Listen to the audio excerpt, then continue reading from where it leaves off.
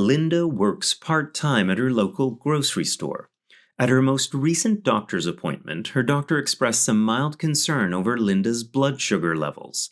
She shared some resources on the different types of diabetes and recommended Linda start journaling about her exercise and food intake routines. They plan to meet again in 1 month. Diabetes is a chronic disease that disrupts the body's ability to regulate blood sugar, also known as blood glucose. According to Diabetes Canada, there are 11 million Canadians living with diabetes or prediabetes today. That number is roughly 10% of the population, with that percentage expected to grow to 12% by the year 2025. Diabetes becomes more prevalent with advancing age. In Canada, 1 in 6 older adults report having the disease.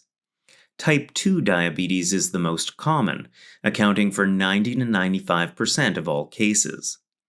The older adult population is more at risk of developing diabetes-related complications like hypoglycemia or low blood sugar, kidney failure, and heart disease than younger people living with diabetes. We've asked Dr. Diana Sherifali to talk about diabetes. Dr. Sherifali is an associate professor at McMaster University in the School of Nursing. Her research program aims to optimize the management of diabetes and quality of life for older adults and people with diabetes across the lifespan. Let's start off with the basics. What is diabetes? Thank you for having me today. So, diabetes is a condition in which our body cannot manage glucose, or sometimes it's referred to as blood sugar or blood glucose. This can be as a result of not making enough insulin. So, the organ that makes insulin is called the pancreas. So, sometimes the pancreas gets a little bit tired, does not make enough insulin, or something actually happens from an autoimmune or another underlying condition that causes the pancreas to no longer make insulin. And what are the different types of diabetes? Right. So, generally speaking, there's two main categories. There's type 1 diabetes, which used to be called juvenile diabetes because we typically saw that in young kids. Sometimes it was referred to as insulin dependent because people needed insulin to survive. We now refer to this as type 1 diabetes. And this is the condition in which the pancreas just no longer makes insulin. And so it's not that people caused it by their diet or they caused it because they were too sedentary or whatever. There really is an underlying mechanism or process that we're still trying to understand. So that's type 1 diabetes. Type 2 diabetes is the other type of diabetes that we find is also referred to as adult onset or non insulin dependent. In other words, you can continue to manage your diabetes through lifestyle modification, medication, and possibly insulin. In this case, the body is just feeling a little bit tired. It doesn't know how to manage or process extra glucose levels or sugar levels. And the pancreas is tired from the standpoint of it's just not making enough insulin to process the sugar. There is another type of diabetes, though, that happens in pregnancy, during pregnancy. So our female population may be at risk for type 2 diabetes because of having a history of gestational diabetes. So, a good way to think about gestational diabetes is it's like a stress test for the pancreas.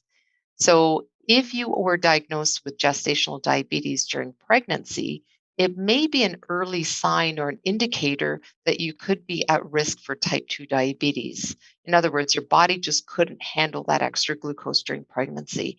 So, that may be an indicator to stay in touch with your healthcare provider and get screened regularly. Now, sometimes people may hear the term prediabetes. What's meant by prediabetes? Right. So this is a term that's relatively new in the last probably 5 to 8 years. We're seeing this used quite a bit. And it's helping us to place a label on people that are at risk. So in the past, people would say, well, you have a touch of sugar or you're borderline type 2 diabetes. What we'd like to say is it's no longer a touch of sugar or borderline, rather, you are pre diabetes. So this translates to glucose that are no longer at normal levels. However, the glucose levels or sugar levels are not high enough to actually diagnose you with diabetes or type 2 diabetes, type 1, whatever. So at this point, you are pre-diabetes. And it's a good sort of label to capture people where we can actually make a lot of positive change to possibly prevent or delay the onset of diabetes, type 2 diabetes specifically. So, just a quick recap then. Pre-diabetes may be people who are at risk for the development of diabetes. Their sugars are high, but not high enough consistently to be diagnosed with diabetes. Type 1 are people who may have, through various causes, possibly an autoimmune disease, but their pancreas is not producing insulin and they are going to require insulin for management of their diabetes, usually younger onset. Type 2 is a later age of onset, usually adults. And while their pancreas is still making insulin, their body may not be able to use that insulin properly. They're still having high blood glucose levels and some of the other symptoms. And then gestational diabetes that may occur during pregnancy, and also identifying somebody who may be at risk. Is that a Correct. fair summary? Okay. Correct. So you've mentioned blood glucose, though, but what types of tests generally might be used to help diagnose diabetes? Right. So, in terms of diagnosing diabetes, we've come a long way. Historically, this was done through a fasting glucose test where you would not eat for essentially 8 hours before you went to the laboratory. What we found was this was taxing for some folks, especially if they were on other medications. Perhaps it was just difficult to do depending on shift work, etc. So the one way we could diagnose is with a fasting glucose, so not eating for 8 hours. Another way to diagnose is what we call a random glucose test. And this essentially means you randomly come into the lab, whether you ate something 2 hours ago, whether you ate something 30 minutes ago and just quickly popped into the lab. A random glucose will also give us a good indication of what's happening after you've eaten and how high or stable are your glucose levels. Another way to diagnose is through a test called an A1C. That's the short abbreviated name for it. Sometimes you'll hear your healthcare provider refer to it as a glycated hemoglobin. It's a mouthful, but what it essentially means is it's the amount of glucose residue or sugar residue that's left on a red blood cell at the end of its lifespan. And what's interesting about this test is it's almost like a report card. So you do all the work for 3 months, they do that test, and it essentially tells you how well you did the previous 3 months. So that A1C, you do not need to fast for it. You can go in for that test in addition to all the other tests you might get. Say your cholesterol screened, your kidney functions are done. They can throw in that A1C test, and it'll give us a good indicator of what's been happening over the last 3 months. Now, another way that people can diagnose is something called an oral glucose tolerance test or an oral glucose challenge. This test is probably the most cumbersome and difficult to sort of adhere to. There is a 50-gram load of a orange glucose syrup drink that's really quite unpleasant. There's a 50-gram or a 75-gram, and depending on the total dose of the glucose challenge you drink, it may mean that you have to be at that lab for 1 hour, 2 hours, or possibly 3 hours. And so what that does is it gives us a really lovely picture of what's happening to the rise of glucose after drinking that syrup. It's a very lengthy test. It's not easy to adhere to and comply to, if you will. A lot of people will opt for a fasting and then possibly an A1C marker. But the oral glucose tolerance test is still a preferred way of diagnosing diabetes, particularly in pregnancy. So some of our female audience will probably have some recollections of having to drink that syrup.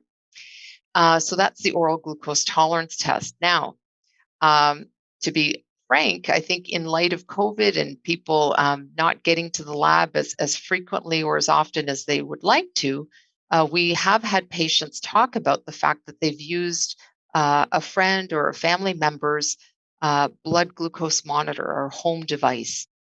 And oftentimes, this is used to help facilitate self management. So it's not actually used to diagnose, but rather it's a good guide. And I think if the audience can keep that in mind, capillary or finger testing of the glucose is, again, a therapeutic guide. So if someone has done a test and it comes back at 14, 15, and you're really quite frightened or dismayed by the result, certainly follow up with your healthcare provider to actually get a lab test done. So generally speaking, our best tools to diagnose diabetes are through laboratory testing, I would say through a fasting, random, or an A1C marker. Would you typically test one time to diagnose diabetes, or would you, tend to conduct these tests more than once? Ideally, we would prefer to have two tests at different times or two different days, rather, to confirm the diagnosis of diabetes. And what that may look like is one test may be a fasting that was in addition to other blood work. And if that fasting glucose level comes back elevated, a second test will be ordered. Now, that test doesn't have to be a second fasting, it could be an A1C marker just to get a fulsome picture of what's been happening over time. Sometimes we have patients that will come forward and say, look, it was a big barbecue weekend. We enjoyed the weather outside. I had a little bit too much ice cream, whatever it might be. We know that life also continues. So sometimes a fasting may come back a little bit elevated or random comes back elevated. But a second test to confirm is always helpful and it gives us a fulsome picture of what's actually happening. And from what you were describing, that A1C, also known as the hemoglobin A1C, that really gives you that longer picture of how glucose control has been for a longer period of time. Correct. And I think what's really interesting about diabetes is that people can walk around asymptomatic. People do not have symptoms. It's not like breaking a leg where you feel instant pain, discomfort, you can't weight bear, you can't stand on your leg. Many people walk around with diabetes that have no symptoms whatsoever. So it's quite a big shock to find out that your glucose levels are elevated. So a second test to confirm is vital. However, if people do present very symptomatic, they're very thirsty, they're losing weight, and it's unexplained weight loss. They may have changes to their vision. There may be some other infections going on. Sometimes those symptoms clustered with an abnormal glucose test could actually be quite indicative of a diagnosis of diabetes. Linda's situation, her doctor seems to have voiced some concerns. And what advice would you have for Linda at this point? Well, I'm sure getting this news for Linda has not been pleasant, and it probably gave her some concern. The first advice I would give to Linda is this is an opportunity to really understand her behaviors. And with prediabetes, we know that there's an opportunity to prevent the onset of type 2 diabetes or delay the onset. So, with that opportunity, I would start to ask her to journal and reflect on behaviors. And the typical behaviors we look to address are smoking cessation. So, if Linda smokes, thinking about quitting would be this would be an opportune time. The bigger issue here is weight and weight management. So we know that if people are able to lose about 5% of their total body weight. So if Linda is, 200 pounds, for example, or someone is 200 pounds, what does that look like? That's about 10 pounds of body weight can actually make a big shift in their glucose levels. And quite frankly, in their cardiometabolic levels, such as blood pressure or even cholesterol. So sometimes that's quite daunting to think about. Well, how do I lose weight? I've tried to lose weight. How do I journal? How do I reflect on my behaviors? So I would encourage Linda and her healthcare provider to really seek out some expert support. And I would first and foremost ask to have Linda referred to a registered dietitian and talk to a registered dietitian about healthy eating. So healthy eating doesn't comprise denying yourself foods. Linda can certainly enjoy a barbecue, or ice cream or birthday cakes. We're all interested in joining our loved ones and celebrating these milestones, especially with COVID and after COVID.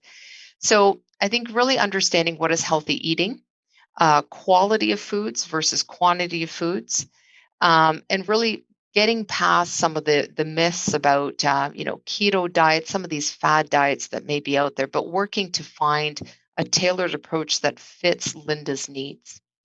The other piece then would be to even refer Linda to a registered kinesiologist or someone that can help her with her activity levels.